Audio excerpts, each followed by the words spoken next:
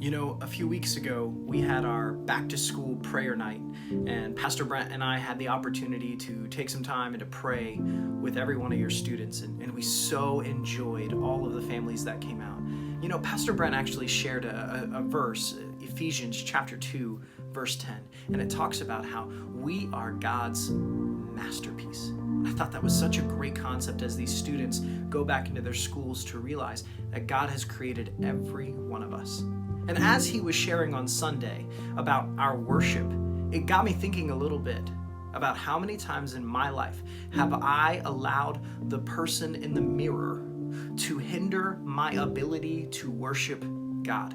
Because I see all the flaws, all the imperfections, all the issues. I see all of that, and I look at it and say, there is no way that God could have ever truly created me and designed me to worship him. And I can view God through the lens of my mess. And God is looking at each and every one of us and saying, but you are my masterpiece. And I have designed you, created you to worship me.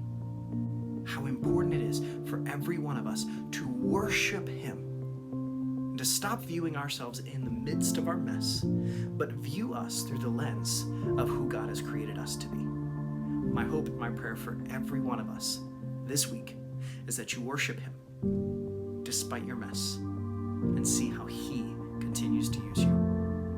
We cannot wait to see you this Sunday, 9 and 10:45. Pastor Brent's going to be sharing, and he's going to be talking about this concept of being obedient. And how oftentimes, in the midst of our attempt at obedience, we can get distracted with some shadow missions.